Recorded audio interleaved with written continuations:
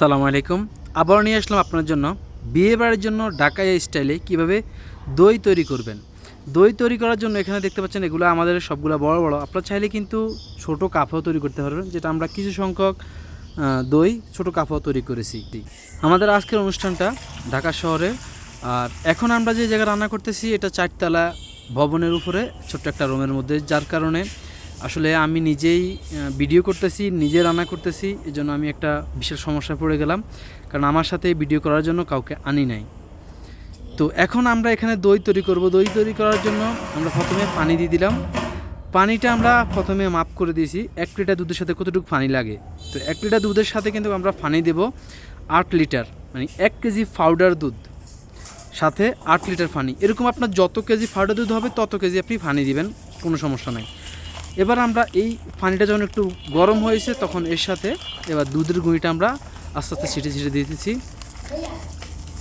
আগের ভিডিওতে আমি দেখাচ্ছিলাম আমরা কিন্তু একজনে পাউডার দিয়েছি, আরেকজনে আমরা হাত দিয়ে নেড়ে এগুলো মিক্স করে দিয়েছি। যেহেতু আমি এখন একাই, সেজন্য আমি অল্প অল্প করে ছাড়তেছি যাতে এটা দলা না হয়। দেন এভাবে হালকা একটু আমরা মিক্স করে দেবো। আসলে আমরা যেহেতু পানি একটু বেশি গরম হয়ে গেছে সেজন্য আমরা জগ দিয়ে মিক্স করব। তো যে কোনো একটা জগ নিলে হবে, আপনার প্লাস্টিক একটা জগ নিলাম আমি। জগ দিয়ে এবার আমরা ভালো করে মিক্স করবো। আর পাউডার দিয়ে আমরা অল্প অল্প ডালছি যাতে চাকা না হয়।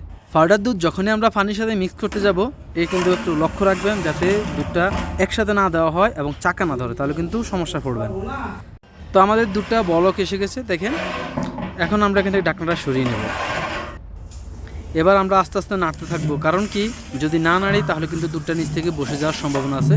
আর পাউডার দুধের মধ্যে কম বসে, বেশিরভাগ গাভীর দুধ দিয়ে তৈরি করা যে দই হয় সেটা কিন্তু অনেক লম্বা সময় ধরে জাল দিতে হয় এবং নিচ দিয়ে বসে যাওয়ার সম্ভাবনা থাকে।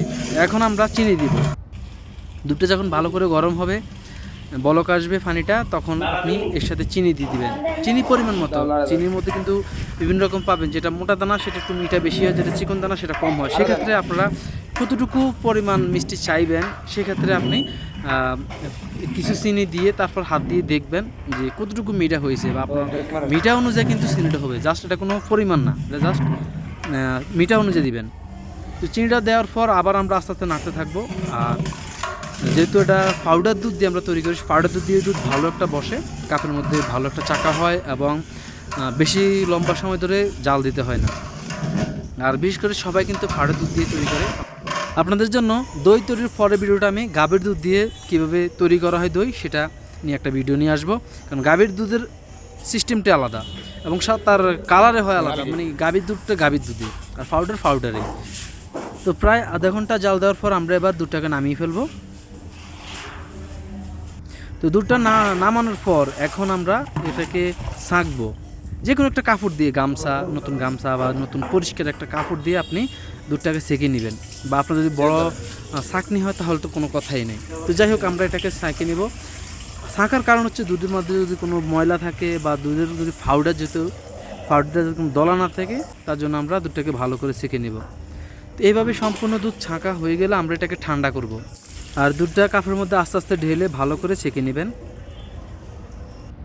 দুধটা একটু ঠান্ডা হয়ে আসলে, মানে হাতে সয় এরকম অবস্থা হয়ে আসলে তারপর আমরা এর সাথে বীজ দই দিয়ে দেবো, বা খাঁজ দই বলা হয়, যেটাই বলা হয়। বীজ দই হচ্ছে বাজার থেকে আপনি একটা দই আনবেন, এই দইয়ের সাথে এটা মিলাতে হবে, এটাকে বলা হয় বীজ দই।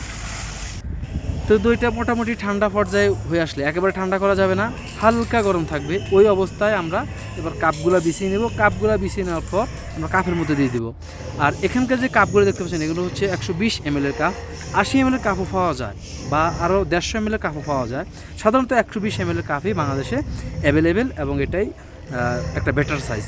তো এবার আমরা এটাকে ভালো করে দুধটাকে কাটার পর বা ভালো করে এই বীজ দইটাকে মিক্স করার পর প্রায় দেখলেন যে অনেক পেনা হয়ে গেছে। এরকম অবস্থা যখন হয়ে আসবে, অন্তত দুধটাকে 10 মিনিট মিক্স করার পর এবার আমরা কাপে ঢালবো।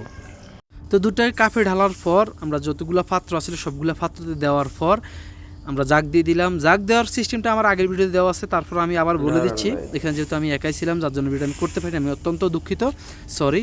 তো এখন এখানে আমরা প্রথমে নিচে মোটা একটা কাঁথা বা কাগজ দিলাম, বা কার্টুন দিতে পারেন আপনি। দেওয়ার পর তারপর একটা কাঁথা দিবেন, দেওয়ার পর এরপরে আবার একটা প্লাস্টিক দিবেন, প্লাস্টিকের উপরে কাপগুলো বিছাবেন, কাপগুলো বিছানোর পর কাপের উপরে একটা প্লাস্টিক দিবেন, দেন প্লাস্টিকের উপরে পেপার দিবেন, দেন এইভাবে আপনি এগুলো বিছিয়ে দেওয়ার পর আপনার এটা হয়ে যাবে।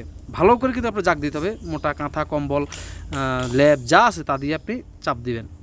দেন 5 ঘন্টা পর আমরা উঠানোর পর দেখেন মাশাআল্লাহ অসাধারণ, আমরা যেমনটা চাইছি এমনটা হয়েছে। আসলে দই জিনিসটা খুবই সূক্ষ্ম, এটা কিন্তু সবার হাতে দই বসে না, তারপরেও যারা চেষ্টা করেন আল্লাহর রহমতে আমি দোয়া করি আপনারা যেন দই তৈরি করতে পারেন।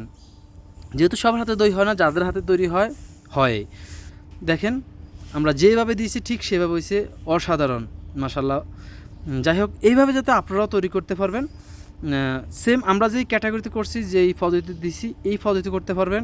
আর দুধটা জাগ দেওয়ার পর ঠিক 5 ঘন্টা পর বা 4.5 ঘন্টা পর আপনি দুধটাকে উঠিয়ে নেবেন। উঠিয়ে নেওয়ার পর দেখবেন এরকম অবস্থা, কোনো রকমের যেন দই ঠান্ডা না পায়, মানে দুধটা বসাই দিলে যখন কোনো রকম ঠান্ডা না পায়, ঠান্ডা ফলে কিন্তু আপনার এটা দই হবে না।